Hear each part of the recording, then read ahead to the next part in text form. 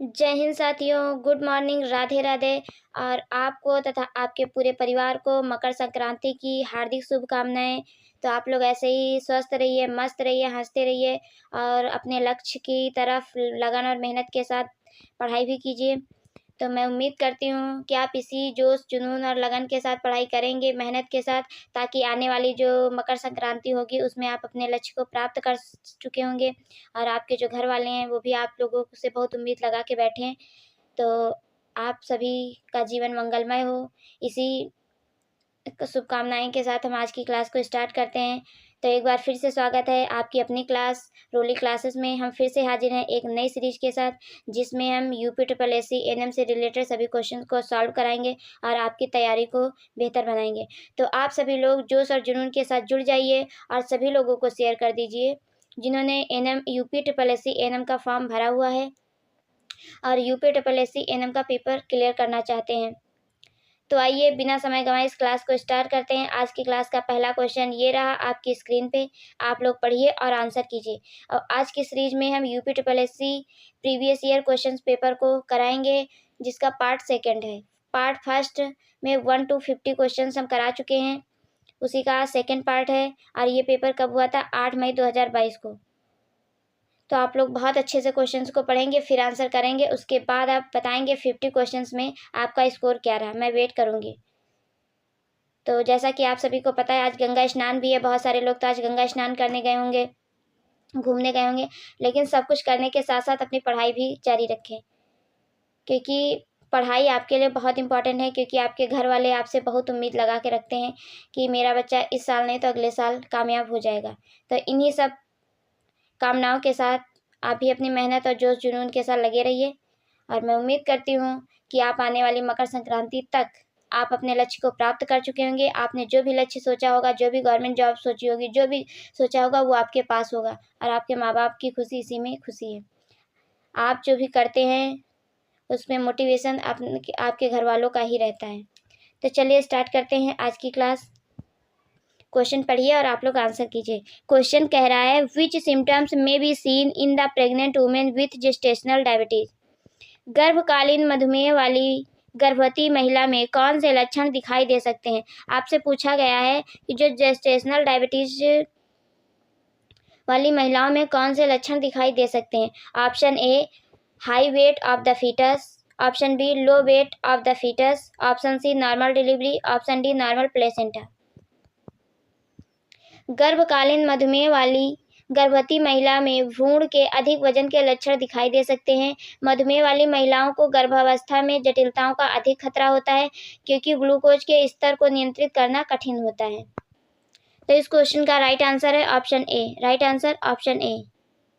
Right answer option A, high weight of the foetus. तो कौन से लक्षण दिखाई देते हैं? High weight of the foetus, भ्रूण का अधिक वजन। ये क्लास आपके एग्जाम के पॉइंट ऑफ व्यू से। नेक्स्ट क्वेश्चन आपकी स्क्रीन पे ये रहा, आप लोग पढ़िए और आंसर कीजिए। क्वेश्चन है, which one is not the aspect of school health service. कौन सा एक स्कूल स्वास्थ्य सेवा का पहलू नहीं है? आप लोग पढ़िए और आंसर कीजिए। ऑप्शन ए, स्कूली बच्चों और स्कूल कर्मियों का स्वास्थ्य मूल्यांकन। ऑप्शन बी, स्वस्थ स्कूल वातावरण। ऑप्शन सी, पोषण सेवाएं, nutritional services. Option D, adolescent reproduction and service for health, किशोर प्रजनन और स्वास्थ्य के लिए सेवा। आपको बताना है कि कौन सा स्कूल हेल्थ सर्विस का पहलू नहीं है या एस्पेक्ट नहीं है।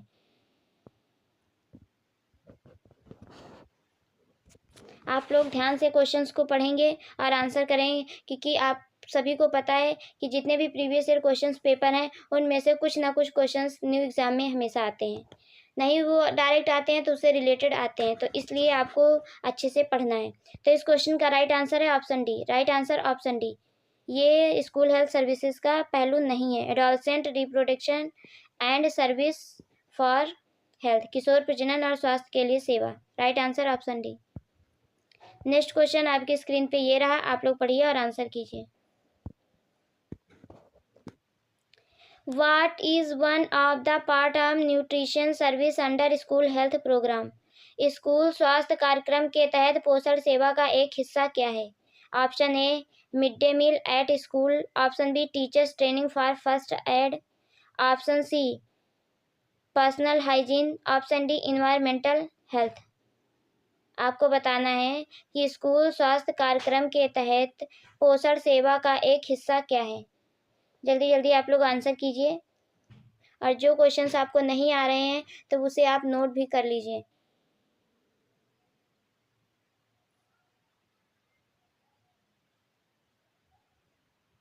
तो इस क्वेश्चन का राइट आंसर है option A. Right answer option A, mid day meal at school. Mid day meal at school school स्वास्थ्य कार्यक्रम के तहत पोषण सेवा का एक हिस्सा विद्यालय में मिड डे मील होता है। मिड डे मील योजना एक स्कूल फीडिंग प्रोग्राम है जिसे मद्रास नगर निगम द्वारा 1925 में शुरू किया गया था। मिड डे मील स्कीम एक सुविचारित कार्यक्रम है जिसका उद्देश्य वंचित बच्चों को प्रतिदिन कम से कम पोषण की दृष्टि से पर्याप्त भोजन उपलब्ध कराना है ताकि स्कूल में बच्चे रोजाना आए, उन्हें पर्याप्त पोषण मिलता रहे। सरकार इनके लिए अलग अलग गाइडलाइन तैयार करती है। तो इस क्वेश्चन का राइट आंसर है option A, mid day meal at school. Next question आपकी स्क्रीन पे ये रहा।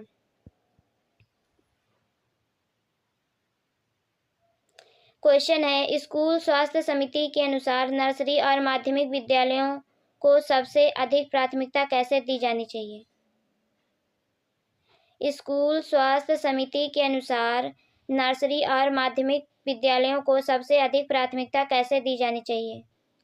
Option A multiple storeys, option B triple storeys, option C double storeys, option D single storeys. आपको बताना है कि स्कूल स्वास्थ्य समिति 1961 के अनुसार नर्सरी और माध्यमिक विद्यालयों को सबसे अधिक प्राथमिकता कैसे दी जानी चाहिए। तो इस क्वेश्चन का राइट आंसर है option A. Right answer option A, single storey, एकल मंजिला। स्कूल स्वास्थ्य समिति 1961 के अनुसार नर्सरी और माध्यमिक विद्यालयों का सबसे अधिक प्राथमिकता एकल मंजिला को दी जानी चाहिए। तो right answer option D. Next question आपकी स्क्रीन पे ये रहा।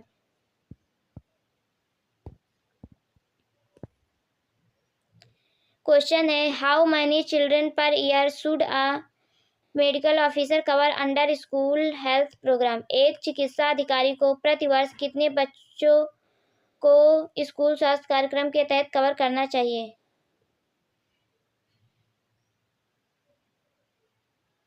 यहाँ पे ये नहीं होगा। बच्चों को एक स्कूल स्वास्थ्य कार्यक्रम के तहत कवर करना चाहिए। ऑप्शन ए 1000 से 2000, ऑप्शन बी 3000 से 4000, ऑप्शन सी 5000 से 6000, ऑप्शन डी 7000 से 8000। एक चिकित्सा अधिकारी को प्रति वर्ष कितने बच्चों को एक स्कूल स्वास्थ्य कार्यक्रम के तहत कवर करना चाहिए। आपको बताना है। तो इस क्वेश्चन का राइट आंसर है option C. Right answer option C, 5 से 6000। कितने बच्चों को? 5 से 6000 बच्चों को कवर करना चाहिए। एक चिकित्सा अधिकारी को प्रति वर्ष 5 से 6000 बच्चों को स्कूल स्वास्थ्य कार्यक्रम के तहत कवर करना चाहिए, जिसमें स्कूलों में बच्चों के स्वास्थ्य और पोषण के बारे में उचित जानकारी प्रदान करना और बच्चों के बीच स्वास्थ्य व्यवहार को बढ़ावा देना, कुपोषित और अनीमिया से पीड़ित बच्चों की पहचान करना तथा बच्चों व किशोरों में रोगों को जल्द पता लगाना और उनका इलाज आदि कार्य स्कूल स्वास्थ्य कार्यक्रम के द्वारा होता है। तो इस क्वेश्चन का राइट आंसर ऑप्शन सी है। आप लोग अपना आंसर कमेंट करते रहेंगे जल्दी जल्दी। नेक्स्ट क्वेश्चन आपकी स्क्रीन पे ये है। In order the create the awareness of breast feeding, when is breast feeding week celebrated. स्तनपान के प्रति जागरूकता पैदा करने के लिए स्तनपान सप्ताह कब मनाया जाता है। मोस्ट इम्पॉर्टेंट क्वेश्चन है, कई बार पूछा गया है। Option A first week of May, option B fourth week of May, option C 1 week of August, option D 4th week of August के चौथे सप्ताह। आपको बताना है कि स्तनपान के प्रति जागरूकता पैदा करने के लिए स्तनपान सप्ताह कब मनाया जाता है। स्तनपान के प्रति जागरूकता पैदा करने के लिए स्तनपान सप्ताह अगस्त के पहले सप्ताह में मनाया जाता है। World airlines for breast feeding action 1 अगस्त से 7 अगस्त तक विश्व स्तनपान सप्ताह के रूप में मनाया जाता है। तो इस क्वेश्चन का राइट आंसर है option C. Right answer option C. First ने 1 वीक ऑफ अगस्त, अगस्त के पहले सप्ताह में, 1 week of August right answer है, आप याद कर रखिएगा इसको। नेक्स्ट क्वेश्चन आपकी स्क्रीन पे ये रहा। जब शिशु बिना किसी अतिरिक्त भोजन या पेय के केवल माँ का दूध प्राप्त करता है, यहाँ तक कि पानी भी नहीं, तो किस शब्द का प्रयोग किया जाता है? ऑप्शन ए अत्यधिक स्तनपान, ऑप्शन बी विशेष या अनन्य स्तनपान, ऑप्शन सी प्रारंभिक स्तनपान, ऑप्शन डी इनमें से कोई नहीं। आपको बताना है कि जब शिशु बिना किसी अतिरिक्त भोजन या पेय पदार्थ के केवल माँ का दूध प्राप्त करता है, यहाँ तक कि पानी भी नहीं, तो किस शब्द का प्रयोग किया जाता है? आप लोग जल्दी जल्दी आंसर कीजिए।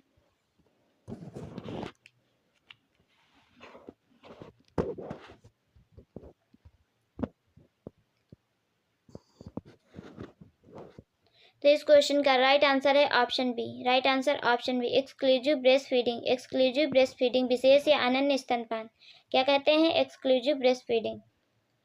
जब शिशु बिना किसी अतिरिक्त भोजन या पेय के केवल माँ का दूध प्राप्त करता है, यहाँ तक कि पानी भी नहीं, तो उसे विशेष या अनन्य स्तनपान कहते हैं। अनन्य स्तनपान का आशय है कि जीवन के शुरुआती 6 महीनों में शिशु को केवल माँ का दूध ही दिया जाना चाहिए। दवाओं को छोड़कर अन्य किसी भी प्रकार का तरल या ठोस खाद्य पदार्थ को शिशु को ना दिया जाए। केवल माँ का दूध ही संपूर्ण आहार होता है शिशु के लिए प्रथम 6 मंथ में। तो right answer option B. Important question है, ऐसे ही घुमा फिरा के पूछता है एग्जामिनर क्वेश्चन। नेक्स्ट क्वेश्चन आपकी स्क्रीन पे ये रहा, आप लोग पढ़िए और आंसर कीजिए। Which is not one of the advantage of breast feeding. स्तनपान के फायदों में कौन सा नहीं है? स्तनपान के फायदों में से कौन सा फायदा नहीं है? Option A help bonding and development, स्नेह बंधन और विकास में मदद करता है। Option B help delay a new pregnancy, एक नई गर्भावस्था में देरी में मदद करता है। Option C cost more than artificial feeding, कृत्रिम पोषण से अधिक महंगा है। ऑप्शन डी संक्रमण से बचाता है, प्रोटेक्ट्स अगेंस्ट इन्फेक्शन। तो आपको बताना है स्तनपान के फायदों में कौन सा नहीं है। तो इस क्वेश्चन का राइट आंसर है option C. Right answer option C, cost more than artificial feeding, कृत्रिम पोषण से अधिक महंगा है, स्तनपान अधिक महंगा है। तो ये राइट आंसर ऑप्शन सी होगा, क्योंकि ये नहीं, बाकी सभी सही है। नेक्स्ट क्वेश्चन आपकी स्क्रीन पे ये रहा, आप लोग पढ़िए और आंसर कीजिए।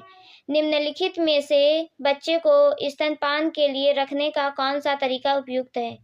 निम्नलिखित में से बच्चे को स्तनपान के लिए रखने का कौन सा तरीका उपयुक्त है? Option A hold only neck, option B hold baby's lower part, बच्चे के निचले हिस्से को पकड़ें। Option C hold baby in upright position, बच्चे को सीधे स्थिति में पकड़े। Option D hold baby giving support to whole body, पूरे शरीर को सहारा देकर बच्चे को पकड़े। तो आप लोग आंसर कीजिए इस क्वेश्चन का। बच्चे को स्तनपान के लिए रखने का सबसे उपयुक्त तरीका है कि पूरे शरीर को सहारा देकर बच्चे को पकड़ें, जिससे बच्चे को स्तनपान आसानी से कराया जा सकता है। तो इस क्वेश्चन का राइट आंसर ऑप्शन डी है। राइट आंसर ऑप्शन डी है। मोस्ट इंपॉर्टेंट क्वेश्चन है और इस टाइम आप सभी को पता है कि स्टेटमेंट फॉर्म में क्वेश्चन ज़्यादा आ रहे हैं, तो आप ध्यान से पढ़िएगा और आंसर कीजिएगा, क्योंकि बहुत छोटी छोटी माइनर मिस्टेक होती हैं क्वेश्चन में। नेक्स्ट क्वेश्चन आपकी स्क्रीन पे ये है, सिरिंज का वह भाग जहां सुई सिरिंज के साथ फिट होती है क्या कहलाता है? आपको बताना है कि सिरिंज का वह भाग जहां सुई सिरिंज के साथ फिट होती है क्या कहलाता है?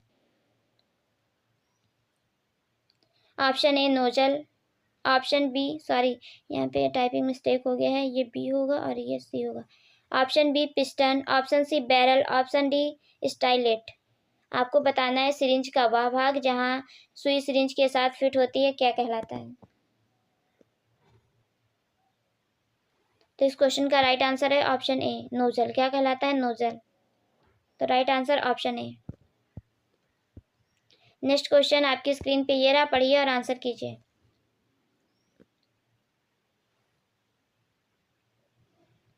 तो जैसा आप सभी को पता है कि आज खिचड़ी है और आज खिचड़ी हम लोग खाएंगे तो पैसे भी मिलते हैं सभी को। तो आप लोग बताएंगे आप लोगों को कितने कितने पैसे मिले खिचड़ी के।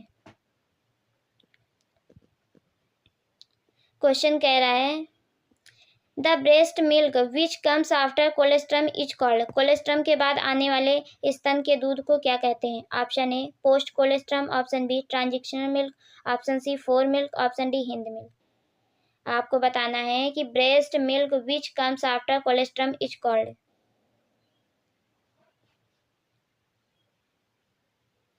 और आप लोग बताएंगे आप लोग कहीं गए हैं कि नहीं घूमने, गंगा स्नान करने।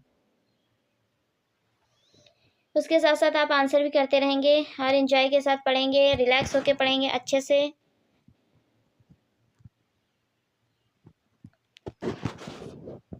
इस क्वेश्चन का राइट आंसर है ऑप्शन बी ट्रांजिशनल मिल्क। क्या कहते हैं? ट्रांजिशनल मिल्क कहते हैं। कोलेस्ट्रम के बाद आने वाले स्तन के दूध को कौन सा दूध कहते हैं? ट्रांजिशनल मिल्क कहते हैं। कोलेस्ट्रम के बाद ट्रांजिशनल मिल्क में प्रोटीन की मात्रा कम होती है, यह मिल्क मीठा होता है और इसमें फैट की मात्रा भी ज़्यादा होती है। ट्रांजिशनल मिल्क का रंग सफ़ेद और पीले रंग के बीच का होता है। ट्रांजिशनल मिल्क को कोलेस्ट्रम और मेच्योर मिल्क का कॉम्बिनेशन कहा जाता है। तो राइट आंसर ऑप्शन बी है। आप याद रखेंगे, सबसे पहले कोलेस्ट्रम आता है, उसके बाद ट्रांजिशनल मिल्क आता है। कोलेस्ट्रम पीला गाढ़ा दूध होता है जो बच्चे की इम्यूनिटी के लिए बहुत ही इम्पॉर्टेंट होता है, क्योंकि बहुत लोगों की मान्यता होती है कि जो पहला पीला गाढ़ा दूध होता है वो बच्चे को नहीं पिलाना चाहिए, वो अच्छा नहीं होता है। ये हमारी मानसिकता है रूढ़िवादियों की, लेकिन ऐसा नहीं है। वो बच्चे की इम्यूनिटी के लिए, बच्चे के हेल्थ के लिए, ग्रोथ एंड डेवलपमेंट के लिए बहुत इंपॉर्टेंट होता है और जितनी जल्दी पॉसिबल हो सके डिलीवरी के बाद उतनी जल्दी बच्चे को स्तनपान कराना चाहिए। नेक्स्ट क्वेश्चन है, यदि हवा को जीभ के नीचे यदि दवा को जीभ के नीचे रखा जाए तो उस मार्ग को क्या कहते हैं? If the medicine is kept under the tongue, then that root is called what? यदि दवा को जीभ के नीचे रखा जाए तो उस मार्ग को क्या कहते हैं? Option A inhalation, option B टपकाना, option C sublingual, option D topical. आपको बताना है यदि दवा को जीभ के नीचे रखा जाए तो उस मार्ग को क्या कहते हैं? आप लोग आंसर कीजिए। तो इस क्वेश्चन का राइट आंसर है ऑप्शन सी सबलिंगुअल। क्या कहते हैं? सबलिंगुअल कहते हैं। Right answer option C. Next question आपकी स्क्रीन पे ये रहा।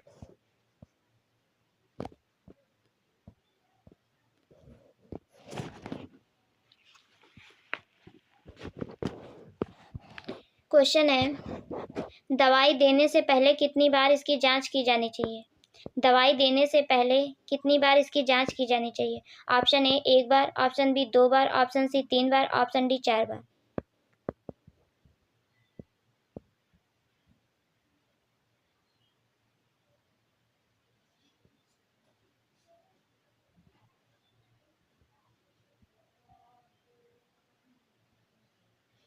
तो इस क्वेश्चन का राइट आंसर है option C. Right answer option C, 3 time. कितनी बार? 3 बार। इंपॉर्टेंट है। नेक्स्ट क्वेश्चन आपकी स्क्रीन पे ये रहा, आप लोग पढ़िए और आंसर कीजिए। क्वेश्चन है, which drug are commonly use for fever? बुखार के लिए आमतौर पर कौन सी दवा का उपयोग किया जाता है? बुखार के लिए आमतौर पर कौन सी दवा का उपयोग किया जाता है? ऑप्शन ए मेट्रोजिल, ORS या Clometrogyl, option B Domstal, ranitidine, Perinorm, option C cetirizine, कोल्डेच या Avil, option D paracetamol, aspirin, mefenamic acid, diclofenac. तो आपको बताना है कि फीवर के लिए आमतौर पर कौन सी दवा उपयोग की जाती है? बुखार के लिए आमतौर पर पैरासीटामोल, डाइक्लोफेनेक, एस्पिरिन, मेफेंटामाइन एसिड आदि दवाओं का उपयोग किया जाता है। ये दवाएं एनाल्जेसिक दवाएं हैं, जिसे केवल एक दर्द निवारक भी कहा जाता है।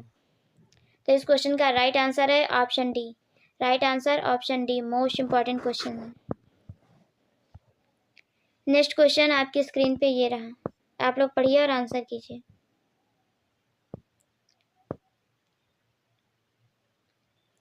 What should be the angle of needle with skin while giving subcutaneous injection?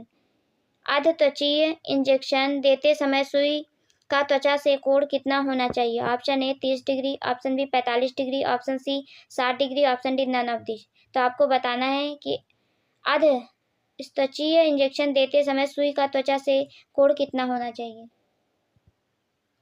तो इस क्वेश्चन का राइट आंसर है option B. Right answer option B 45 degree. और आईएम इंजेक्शन देते समय कोण कितना होना चाहिए? तो 90 डिग्री का। कितने डिग्री का? 90 डिग्री का। बहुत बार एग्जाम में पूछा गया है ये एंगल कि आईएम इंजेक्शन देते समय त्वचा से कितना एंगल होना चाहिए नीडल का। तो राइट आंसर आईएम के लिए 90 डिग्री और सबक्यूटेनियस के लिए 45 degree. Right answer option B, याद रखिएगा। नेक्स्ट क्वेश्चन आपकी स्क्रीन पे ये रहा। What is the group of drug that is use to treat vomiting called? उल्टी का इलाज करने वाली दवा के समूह को क्या कहते हैं?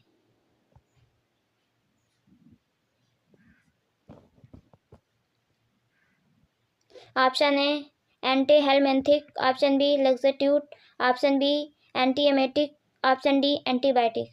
उल्टी का इलाज करने के लिए दवा के समूह को क्या कहते हैं?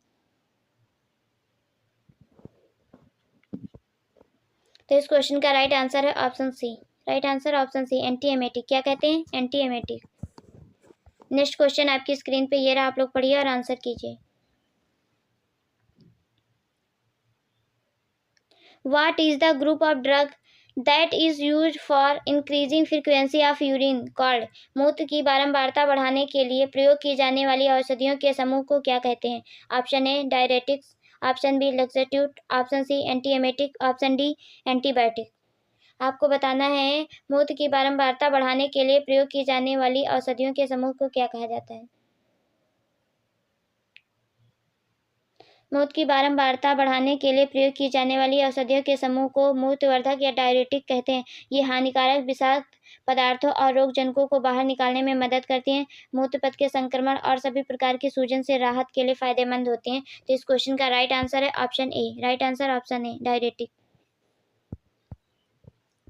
नेक्स्ट क्वेश्चन आपकी स्क्रीन पे ये रहा।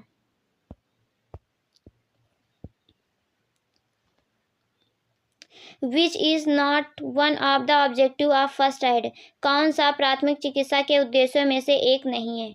आपको बताना है कि कौन सा प्राथमिक चिकित्सा के उद्देश्यों में से एक नहीं है। Option A to prolong the treatment, उपचार को लंबा करने के लिए, option B to preserve life, जीवन को संरक्षित करने के लिए, option C to prevent future injury, आगे की चोट को रोकने के लिए, option D to put the injured under medical care at the earliest, घायलों को जल्द से जल्द चिकित्सा देखभाल के तहत रखना। इसमें से कौन सा प्राथमिक चिकित्सा के उद्देश्य में से एक नहीं है? आपको फाइंड करना है और बताना है।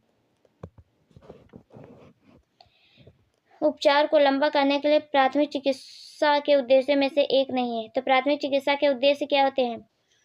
घायल या पीड़ित व्यक्ति की जान बचाना, उपचार को जल्दी करना, जीवन की रक्षा करना, स्वस्थ होने का बढ़ावा देना। तो इस क्वेश्चन का राइट आंसर है option A. Right answer option A to prolong the treatment, उपचार को लंबा करने के लिए फर्स्ट एड का उद्देश्य नहीं है, प्रोलॉन्ग नहीं करना है ट्रीटमेंट को। नेक्स्ट क्वेश्चन आपकी स्क्रीन पे ये रहा। What is the type of bandage usually tie at the joint such as elbow and ankle called? आमतौर पर कोहनी और टखनों जैसे जोड़ों पर बंधी हुई पट्टियों को क्या कहा जाता है? ऑप्शन ए कैपलाइन पट्टी, option B figure of 8, option C spica, option D reverse spica. तो आपको बताना है कि आमतौर पर कोहनी और टखनों जैसे जोड़ों पर बंधी हुई पट्टियों को क्या कहा जाता है? तो इस क्वेश्चन का राइट आंसर है option B. Right answer option B figure of 8। क्या कहते हैं? Figure of 8। नेक्स्ट क्वेश्चन आपकी स्क्रीन पे ये रहा। What is the type of wound occurred from sharp instrument called? नुकीले उपकरणों से लगने वाले घाव को क्या कहा जाता है?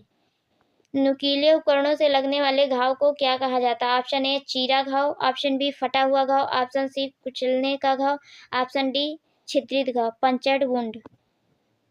आपको बताना है कि नुकीले उपकरणों से लगने वाले घाव को क्या कहा जाता है।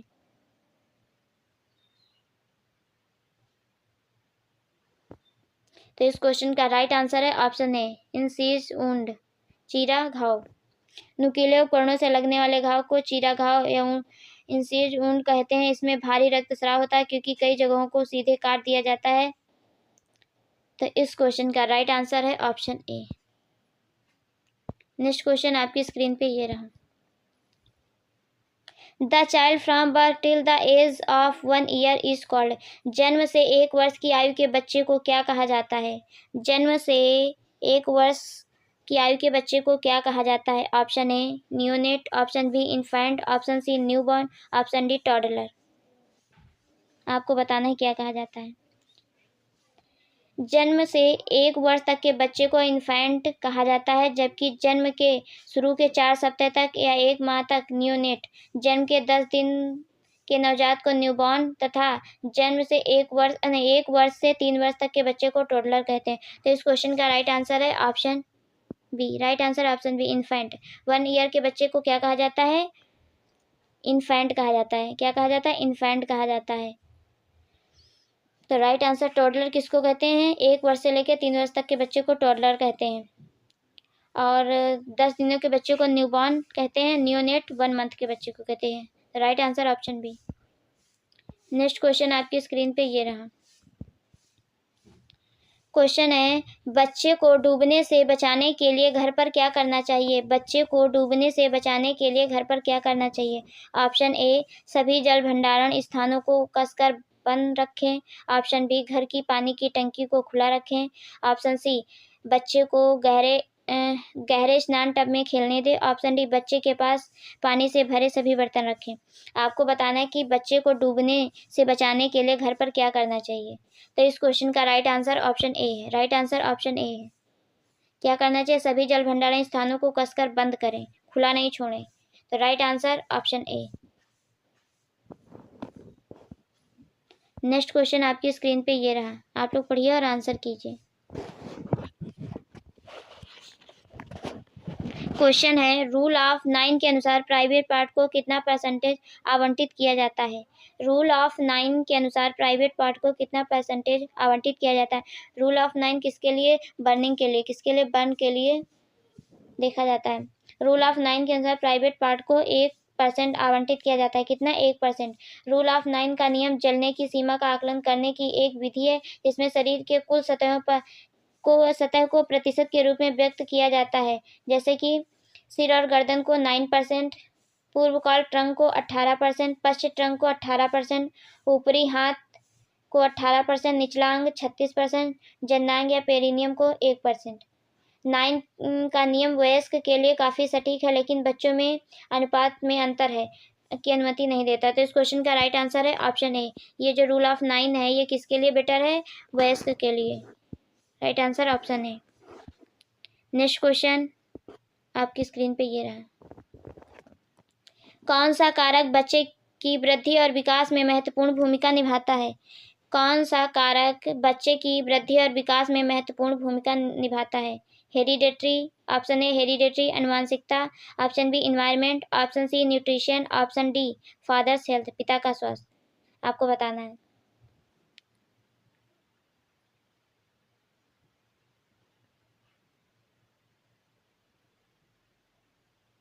यहाँ पर नहीं पूछा गया, याद रखिएगा।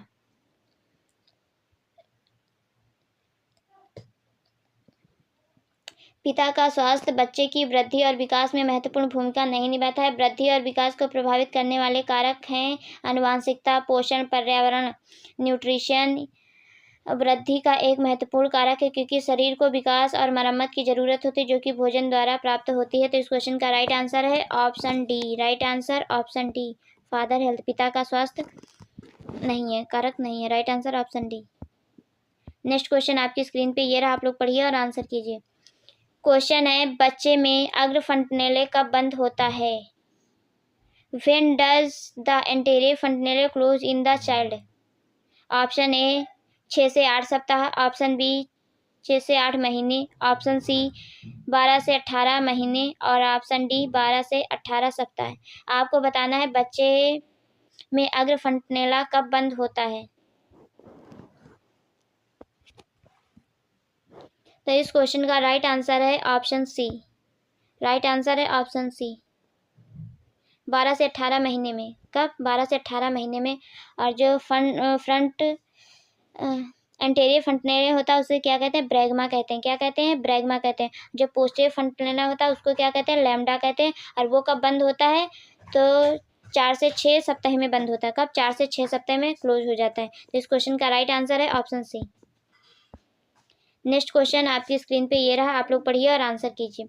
आमतौर पर किस उम्र में एक बच्चे का वजन 3 से 3.5 किलोग्राम होता है और उसकी ऊंचाई 48 से 50 सेंटीमीटर होती है? आमतौर पर किस उम्र में एक बच्चे का वजन 3 से 3.5 किलोग्राम होता है और उसकी ऊंचाई 48 से 50 सेंटीमीटर होती है? ऑप्शन ए 1 महीना, ऑप्शन बी 3 महीना, ऑप्शन सी 5 महीना, ऑप्शन डी 7 महीना।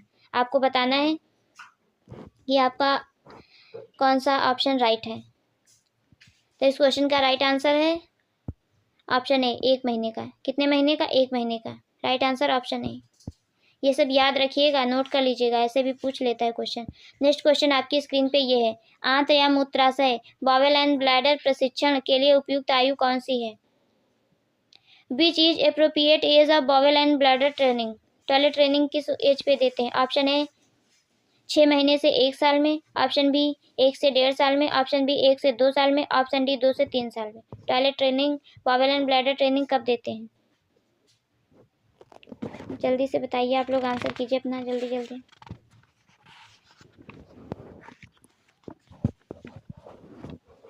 तो इस क्वेश्चन का राइट आंसर है option D. Right answer option D. इस समय बच्चे को क्या बोलते हैं? टोडलर बोलते हैं। क्या बोलते हैं? टोडलर होता है। 1 से 3 साल की एज में बच्चे को क्या बोलते हैं? टोडलर बोलते हैं। तो इस क्वेश्चन का राइट आंसर है ऑप्शन डी। नेक्स्ट क्वेश्चन आपकी स्क्रीन पे ये रहा, आप लोग पढ़िए और आंसर कीजिए।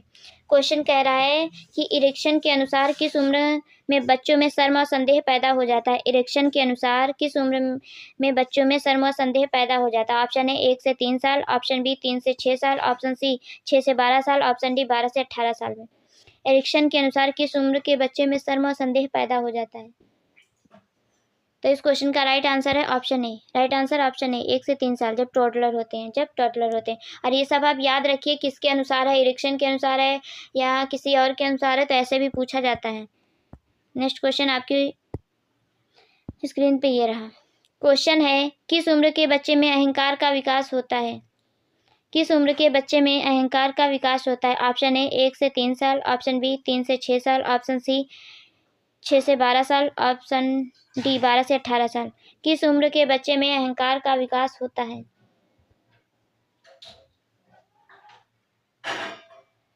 12 से 18 साल की उम्र में बच्चे में अहंकार का विकास होता है। यह पूर्व सक्रियात्मक अवस्था होती है। इस चरण में बच्चा यह मानता है कि अन्य लोग ठीक उसी तरह महसूस करते हैं, देखते हैं और सुनते भी हैं जैसा बच्चा करता है। यह बच्चे की स्मृति और कल्पना को विकसित करने की अवस्था होती है। इस उम्र में बच्चे अहंकारी होते हैं, जिनका अर्थ है कि उन्हें अपने दृष्टिकोण से बाहर सोचने में कठिनाई होती है। इस क्वेश्चन का राइट आंसर है option D. Right answer option D, 12 से 18, क्योंकि इस एज में बच्चे जो कहते हैं वो कहते हैं कि यही सही है और कुछ नहीं सही है, वो अपनी बात ही रखते हैं। नेक्स्ट क्वेश्चन आपकी स्क्रीन पे ये रहा, और यही उम्र है 12 से 18 की जिसमें बच्चे बनते और बिगड़ते हैं। नेक्स्ट क्वेश्चन आपकी स्क्रीन पे ये रहा, निम्नलिखित में से कौन स्वास्थ्य का व्यवहारात्मक निर्धारक है? निम्नलिखित में से कौन सा स्वास्थ्य का व्यवहारात्मक निर्धारक है? Option A heredity, option B education, option C air pollution, option D smoking. आपको बताना है।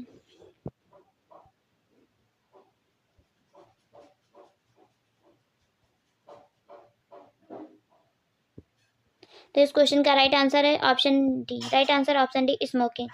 धूम्रपान स्वास्थ्य का व्यवहारात्मक निर्धारक है, क्योंकि स्वास्थ्य संबंधी कारकों में धूम्रपान, शराब पीना, खाने की आदतें शामिल हैं। मानव स्वास्थ्य का एक पर्यावरणीय प्रभाव सामाजिक आर्थिक स्थिति है। अन्य पर्यावरणीय कारक और अनुवांशिक कारण सभी धूम्रपान से जुड़े हैं। किसी व्यक्ति के स्वास्थ्य का अनुवांशिक कारकों का प्रभाव जनसंख्या समूह के अनुसार भिन्न होता है। तो इस क्वेश्चन का राइट आंसर है ऑप्शन डी। नेक्स्ट क्वेश्चन आपकी स्क्रीन पे ये रहा, आप लोग पढ़िए और आंसर कीजिए। क्वेश्चन कह रहा है, निम्नलिखित में से कौन स्वास्थ्य निर्धारक के रूप में स्वास्थ्य देखभाल वितरण प्रणाली का पहलू है? निम्नलिखित में से कौन स्वास्थ्य निर्धारक के रूप में स्वास्थ्य देखभाल के वितरण प्रणाली का पहलू है? ऑप्शन ए अप्रभावी कानून और व्यवस्था, ऑप्शन बी यातायात नियमों का पालन नहीं करना, ऑप्शन सी निरक्षरता या literacy option D primary health care, प्राथमिक स्वास्थ्य देखभाल। जल्दी जल्दी आप लोग क्वेश्चन पढ़िए और आंसर कीजिए। तो इस क्वेश्चन का राइट आंसर है option D. Right answer option D, primary health care. Right answer primary health care. निम्नलिखित में से कौन स्वास्थ्य निर्धारक के रूप में स्वास्थ्य देखभाल वितरण प्रणाली का पहलू है? पहलू पूछा है। प्राथमिक स्वास्थ्य देखभाल निर्धारक के रूप में स्वास्थ्य देखभाल प्रणाली वितरण प्रणाली का पहलू है जो व्यक्ति, परिवार और समुदायों की आवश्यकता और प्राथमिकताओं पर आधारित है। यह स्वास्थ्य के अधिक व्यापक निर्धारक को संबोधित करता है। शारीरिक, मानसिक और सामाजिक स्वास्थ्य और कल्याण के व्यापक और आपस से संबंधित पहलुओं पर केंद्रित होता है। तो इस क्वेश्चन का राइट आंसर है option D, primary health care. Next question आपकी स्क्रीन पे ये रहा, आप लोग पढ़िए और आंसर कीजिए। क्वेश्चन है, निम्नलिखित में से कौन भारत में गैर संचारी रोग है? निम्नलिखित में से कौन भारत में संचारी रोग है? Option A leprosy, option B cancer, option C tuberculosis, option D cholera, communicable disease, non communicable sorry. निम्नलिखित में से कौन भारत में गैर संचारी रोग है? आपको बताना है।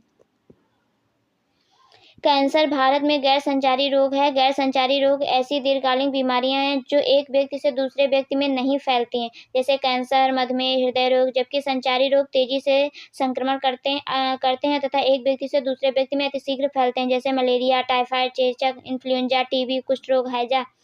ये सभी कम्युनिकेबल डिजीज हैं और ये बहुत जल्दी एक दूसरे में फैलते हैं। तो इस क्वेश्चन का राइट आंसर है option B. Right answer option B, cancer. Cancer क्या है? नॉन कम्युनिकेबल डिजीज है। नेक्स्ट क्वेश्चन आपकी स्क्रीन पे ये रहा। एक सामुदायिक स्वास्थ्य केंद्र द्वारा कितने प्राथमिक स्वास्थ्य केंद्रों को कवर किया जाता है? एक सामुदायिक स्वास्थ्य केंद्र द्वारा कितने प्राथमिक स्वास्थ्य केंद्रों को कवर किया जाता है? Option A 4, option B 6, option C 8, option D 10। तो इस क्वेश्चन का राइट आंसर है option A. Right answer option A, 4। कितने? 4। एक CSC के द्वारा 4 PSC को कवर किया जाता है। राइट आंसर ऑप्शन ए है। नेक्स्ट क्वेश्चन आपकी स्क्रीन पे ये रहा, आप लोग पढ़िए और आंसर कीजिए। जनसंख्या वृद्धि वर्गीकरण के 5M कौन से हैं? जनसंख्या वृद्धि वर्गीकरण के 5M कौन से हैं? आप लोग पढ़िए और आंसर कीजिए। ऑप्शन ए मातृत्व, विवाह, मृत्यु दर, गतिशीलता, प्रवासन। ऑप्शन बी संचलन, विवाह, मृत्यु दर, गतिशीलता, प्रवासन। ऑप्शन सी मातृत्व, मानसिकता, मृत्यु दर, गतिशीलता, प्रवासन। ऑप्शन डी मातृत्व, मील, मृत्यु दर, गतिशीलता, प्रवासन। आपको बताना जनसंख्या वृद्धि में वर्गीकरण के 5M कौन से हैं?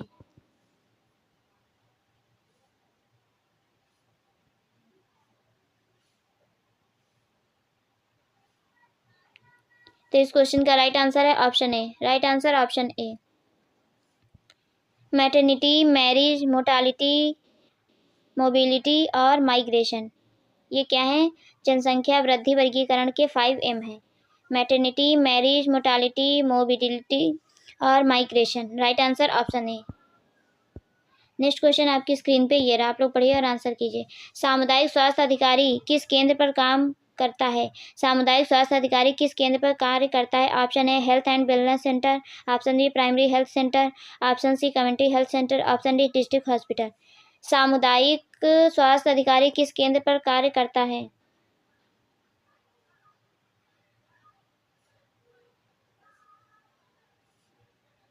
तो इस क्वेश्चन का राइट आंसर है option A. Right answer option A, health and wellness centre. Health and wellness centre.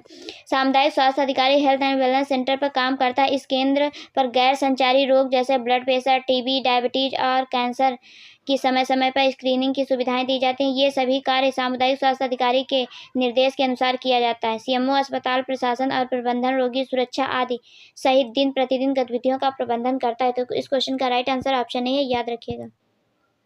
Next question आपकी स्क्रीन पे ये रहा, आप लोग पढ़िए और आंसर कीजिए। प्राथमिक स्वास्थ्य केंद्र द्वारा कितनी आबादी को कवर किया जाता है? प्राथमिक स्वास्थ्य केंद्र द्वारा कितनी आबादी को कवर किया जाता है? Option A 30,000, option B 40,000, option C 50,000, option D 60,000। PSC के द्वारा स्वास्थ्य केंद्र पर कितनी आबादी को कवर किया जाता है?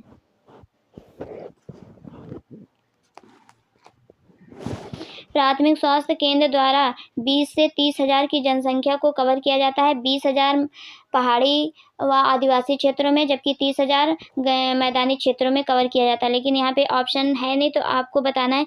तो इस क्वेश्चन का राइट आंसर ऑप्शन ए होगा। राइट आंसर ऑप्शन ए होगा 30 हजार। 30 हजार कहाँ पे कवर करते हैं? मैदानी क्षेत्र में, और 20 हजार पहाड़ी व आदिवासी क्षेत्र में। तो इस क्वेश्चन का राइट आंसर ऑप्शन ए है। नेक्स्ट क्वेश्चन आपकी स्क्रीन पे ये रहा। गर्भवती महिला के घर की प्रथम विजिट के दौरान एनएम को क्या करना चाहिए? गर्भवती महिला के घर की प्रथम विजिट के दौरान एनएम को क्या करना चाहिए? Option A, refer to hospital. Option B, give antibiotics. Option C, operate the Mamta clinic. Option D, check haemoglobin, urine sugar and albumin. आपको बताना है कि गर्भवती महिला के घर की प्रथम विजिट के दौरान एनएम को क्या करना चाहिए। जल्दी जल्दी आंसर कीजिए, आप लोग बहुत डिले आंसर कर रहे हैं। जोश के साथ आंसर कीजिए। तो इस क्वेश्चन का राइट आंसर है option D. Right answer option D, check the haemoglobin, urine sugar and albumin. Right answer option D. Next question आपकी स्क्रीन पे ये रहा। भारत में डब्ल्यूएचओ का मुख्यालय कहाँ स्थित है? भारत में डब्ल्यूएचओ का मुख्यालय कहाँ स्थित है? Option A, Mumbai. Option B, Kolkata. Option C, New Delhi. Option D, Chennai.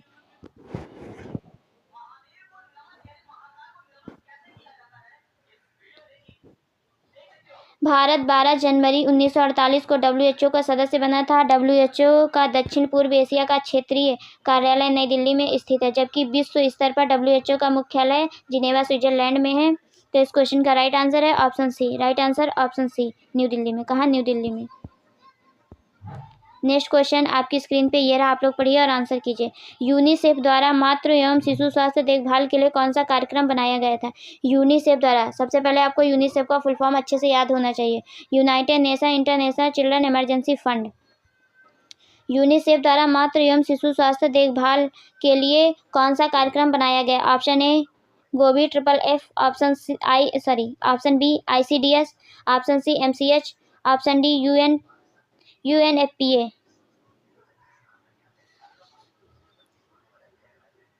तो इस क्वेश्चन का राइट आंसर है option A. Right answer option A, गोभी ट्रिपल एफ। कौन सा वो शुरू किया गया था? तो गोभी ट्रिपल एफ। यूनिसेफ द्वारा मातृ एवं शिशु स्वास्थ्य देखभाल के लिए गोभी ट्रिपल एफ कार्यक्रम बनाया गया था।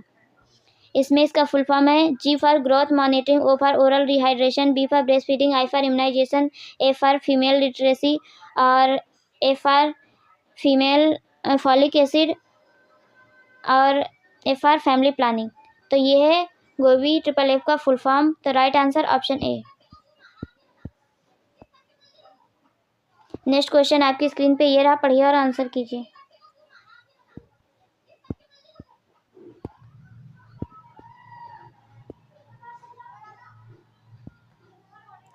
निम्नलिखित में से कौन सा संगठन दुनिया में लोगों की शिक्षा के लिए काम कर रहा है? निम्नलिखित में से कौन सा संगठन दुनिया में लोगों को शिक्षा के लिए काम कर रहा है? Option A, UNICEF. Option B, DANIDA. Option C, UNESCO. Option D, red cross. आपको फाइंड करना है और बताना है। और ये सभी जितने भी इसमें संगठन या ऑर्गेनाइजेशन दिए गए, इनकी मैंने वीडियो अपलोड की, आप लोग जाके वहाँ पे विजिट कीजिए और देखिए कि इसमें सारा डिटेल दिया है। हेडक्वार्टर कहाँ है, वर्तमान में इनके हेड कौन है, कितने मेंबर्स इसमें शामिल हैं, इसका फुल फॉर्म क्या है। मैंने सारी वीडियो इसकी अपलोड की है, जितने भी ये संगठन ऑर्गेनाइजेशन है, नेशनल इंटरनेशनल।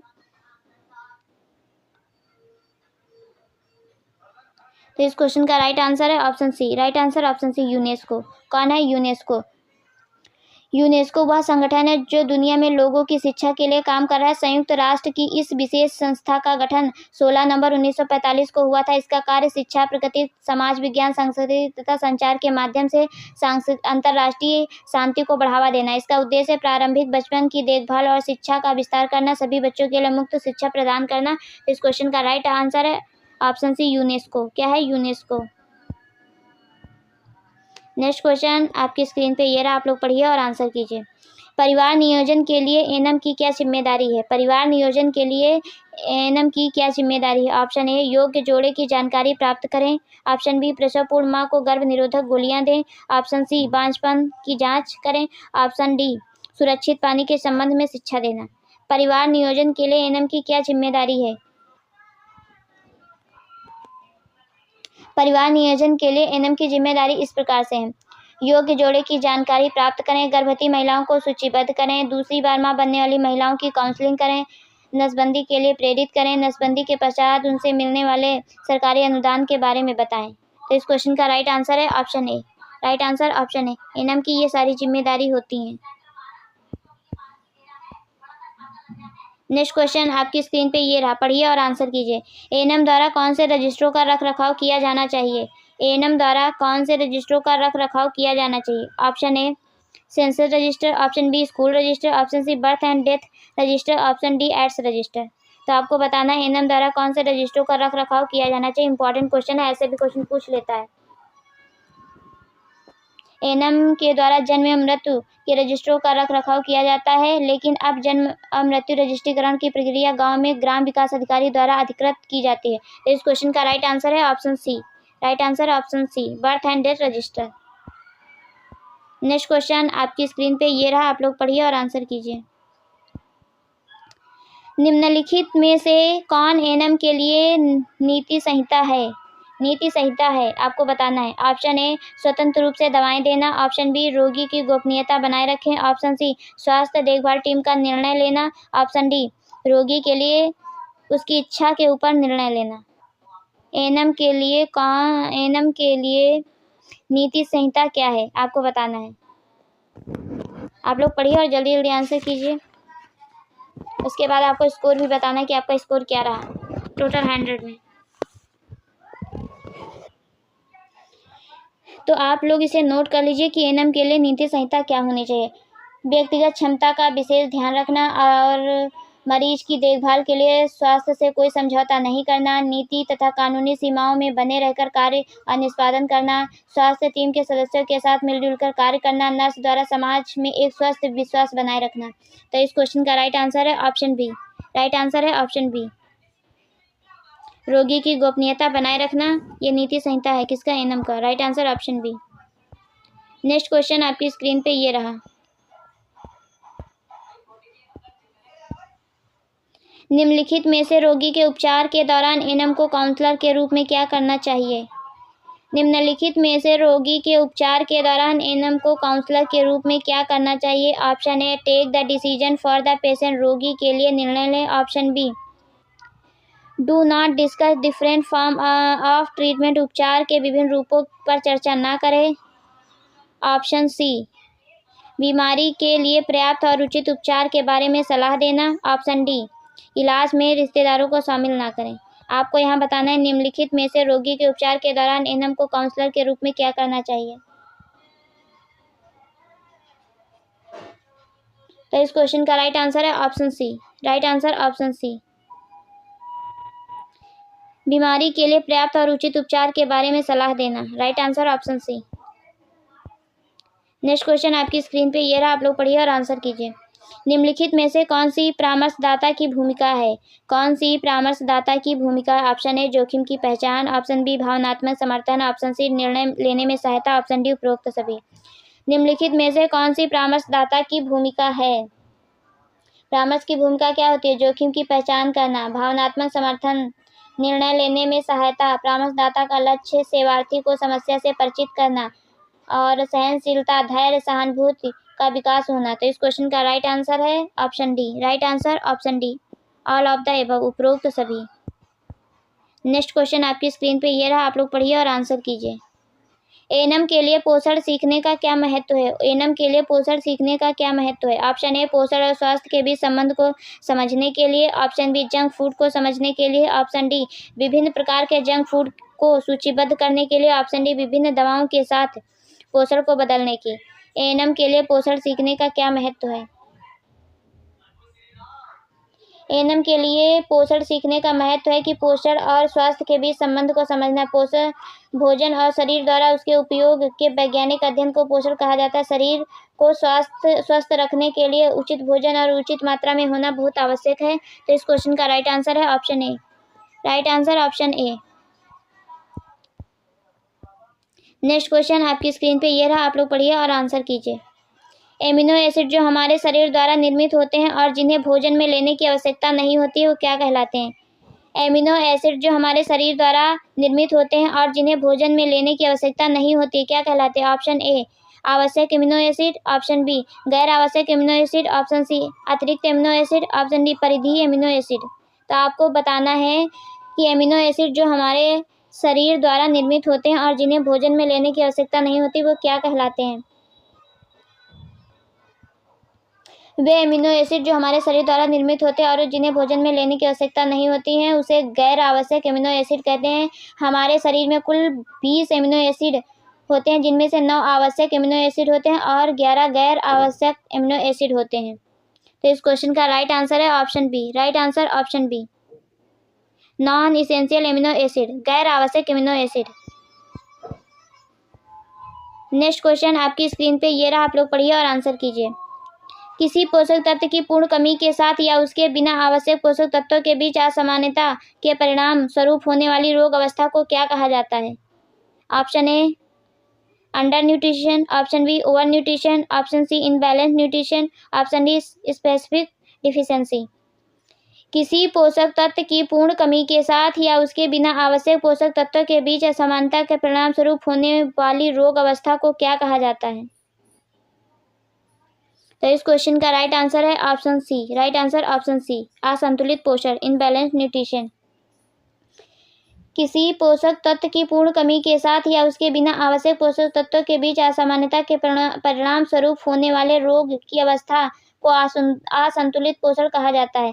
व्यक्ति का संतुलित आहार कुछ महत्वपूर्ण पोषक तत्व जैसे कि विटामिन और खनिज प्रदान करता है जो अच्छे स्वास्थ्य के लिए कम मात्रा में आवश्यक होते हैं, जैसे विटामिन की कमी से रतौंधी हड्डियों की कमी, रक्तस्राव की समस्या आदि बीमारियां हो सकती हैं। तो इस क्वेश्चन का राइट आंसर है ऑप्शन सी।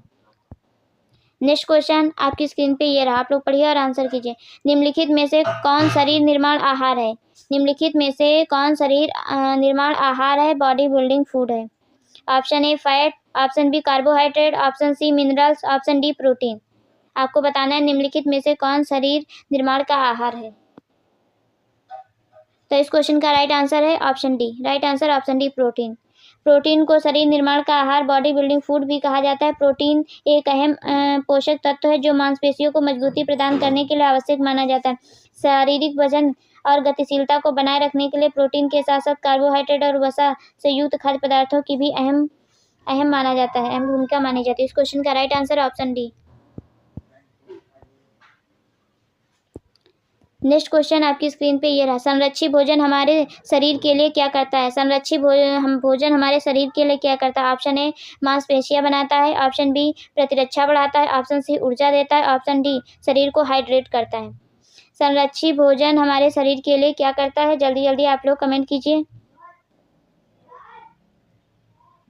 संरक्षित भोजन हमारे शरीर की प्रतिरक्षा को बढ़ाता है। विटामिन और खनिजों से भरपूर खाद्य पदार्थों को सुरक्षात्मक खाद्य पदार्थ कहा जाता है क्योंकि वे प्रतिरक्षा प्रदान करते हैं। तो इस क्वेश्चन का राइट आंसर है option B. Right answer option B, increasing immunity. तो आप लोग बताएंगे 50 क्वेश्चन में आपका स्कोर क्या रहा। मैं वेट करूंगी। आप लोगों को वीडियो अच्छी लगी हो तो लाइक कीजिए, शेयर कीजिए, चैनल को सब्सक्राइब कीजिए। मिलते हैं नेक्स्ट वीडियो में, तब तक के लिए bye bye, take care, thank you so much. तो आज खिचड़ी है, आप लोग अच्छे से खाइए, एंजॉय कीजिए और बाकी अपनी लगन और मेहनत के साथ पढ़ाई भी कीजिए। Thank you so much. अपना ध्यान रखिए, ख्याल